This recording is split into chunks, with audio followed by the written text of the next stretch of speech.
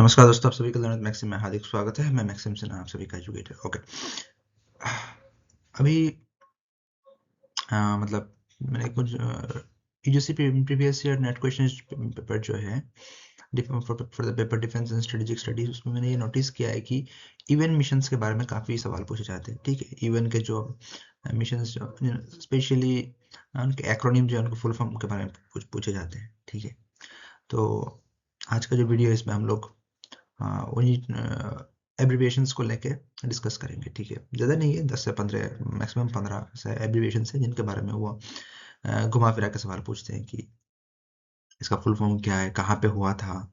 ठीक है, अगर फुल फॉर्म देखें तो आपको पता चल जाएगा कि कौन से देश में हुआ है। ठीक है, okay, so the topic is India's even mission. Here is all about me. और ये फोटो जो लगाया है मैंने, इसके पीछे कारण है। ठीक है, जिन सभी को इनके बारे में पता है वो प्लीज कमेंट में उनका नाम और उनका कंट्रीब्यूशन बोलिएगा। ठीक है, मैं उन्हें जो सही जवाब देगा उसे मैं एक लव रेट करूंगा। ठीक है, okay, let's start. Here around 15 abbreviations. Okay, आपको सभी याद रखना पड़ेगा, उसके अलावा और कोई ऑप्शन नहीं है, याद रखना पड़ेगा ही। ठीक है, अच्छा, तो first is UNTSO. UN stands for United Nations. So United Nations truce supervision organisation. Truce माने के यहाँ पे, ट्रूस माने यहाँ पे जब कोई विवाद होता है, कोई कॉन्फ्लिक्ट, आर्म्ड कॉन्फ्लिक्ट होता है, तो उसको सुपरवाइज करने के लिए जिस ऑर्गेनाइजेशन को भेजा जाता है या फिर जिस फोर्स को भेजा जाता है उसे कहते हैं UNTSO, United Nations truth supervision organization. उसके बाद अगला आता है यूएनएमएसआईआर, नाम से भी बोलते हैं, United Nations mission in Sierra Leone. Sierra Leone कहाँ पे है? ये एक अफ्रीकन कंट्री है। ठीक है, okay, the next is MONUSCO. MONUSCO stands for United Nations Organization Stabilization Mission in DCR, Democratic Republic of Congo। India का इसमें काफी रोल है। ठीक है, मॉस्को में हमारे farmer first CDS general Bipin Rawat साहब थे वहाँ पे मॉस्को में। और उसके बाद है UN miss United Nations missions in the Republic of south Sudan. Sorry, मैंने एस साउथ लिख दिया, actually it is south Sudan. ठीक है, UNMOGIP, United Nations military observer group in India and Pakistan. ये 1947 में हुआ था। ठीक है, जब 47-48 जो वॉर हुआ था, उसके बाद पाकिस्तान ने इलीगली ऑक्युपाई किया था कश्मीर के पार्ट को, जो कि हम लोग आज बोलते हैं पीओके। तो जो एलओसी जो है उसको मतलब देख रेख करने के लिए यूएन ने ये अपना फोर्स भेजा था, military observer group in India and Pakistan, इसको भेजा था। ये काफी इंपॉर्टेंट है। अगला आता है UNC, United Nations commission for India and Pakistan. United Nations interim administration mission in Kosovo. Kosovo, ठीक है, ये जो आई थिंक लेट 90s में जो वॉर हुआ था आपका यूरोप, ईस्ट यूरोप में, तब ये आया था। ठीक है, और इसमें इंडिया का काफी रोल था। UNDOF, United Nations disengagement observer force.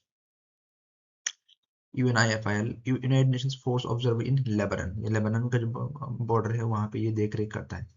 ठीक है, आई थिंक पिछले 2 साल पहले, हाँ, हमारे इंडियन आर्मी के 2 अफसर वहाँ पे मतलब शहीद हुए थे इसी फोर्स के under, UNIFIL। UNO more, United Nations observer mission Uganda and Rwanda. Rwanda जिस जेनोसाइड के बारे में सबको पता है, आई थिंक 1996 या 7 में हुआ था रवांडा जेनोसाइड। उस वक्त ये एक्शन में आया था, तब भी मतलब इंडिया का बहुत बड़ा रोल था वहाँ पे। रोल था मतलब कॉन्फ्लिक्ट को मतलब कंट्रोल करने में, ना कि कॉन्फ्लिक्ट को एस्केलेट करने में। यूनिपॉम स्टैंड्स फॉर यूनाइटेड नेशंस पाक observer India Pakistan mission, observation mission.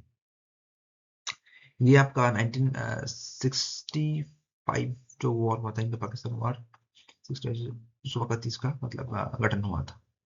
ठीक है, UNHLPF, United Nations high level political forum. This is political forum. ठीक है, हालांकि ये फोर्स है, लेकिन इसका जो मेन काम जो होता है वो पॉलिटिकल डिप्लोमेटिक लेवल पर होता है। ठीक है, UNCCD, United nation convention on combat desertification. Combat desertification मतलब क्या है? यूथ की जो परिस्थिति है उसको और भी घटाना है। ठीक है, just to reduce conflict conflict escalation, ठीक है, ये उसका काम है। और MINUSCA, United Nations multi dimensional integrated stabilization mission in Central African Republic. Central African Republic में ये इन्हीं का मिशन है, ठीक है। तो this was all about the UN missions, UN peace keeping missions across the globe associated with और connected with India, ठीक है। मेनली अब डायरेक्टली देखें तो यहाँ पे इवेंटशिप है, बाद में आपका यूनिपॉम है, ठीक है। ये मतलब डायरेक्टली इंडिया से कनेक्टेड है। और ये हाँ यूनिसिप, आई थिंक यूनिसिप, हाँ हाँ, ये दो तीन ही हमसे कनेक्टेड है। लेकिन बाकी जो है वो भले ही इंडिया में ना हो, but Indian troops are actively working in it, खासतौर पे ओनम से, मोनुस्को और आपके मिनिस्को, इन सब में, ठीक है। इन सब में काफी, और लेबनान वाले, इन सब में इंडिया का रोल काफी ज्यादा है, ठीक है।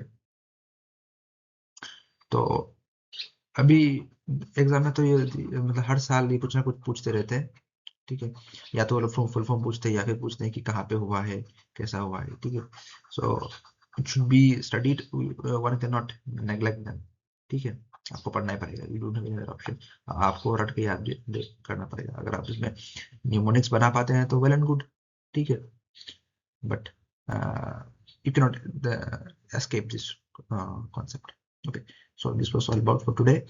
अगर आपको अच्छा लगे तो कमेंट कीजिएगा। और पहले जो मैंने फोटो पूछा था, जो व्यक्ति थे सज्जन, उनके बारे में पूछा था, वो आप लोग अगर पता है तो, जिनको पता है वो आप कमेंट कीजिएगा, ठीक है। So this was all about today's video. Thank you very much for listening. जय हिंद।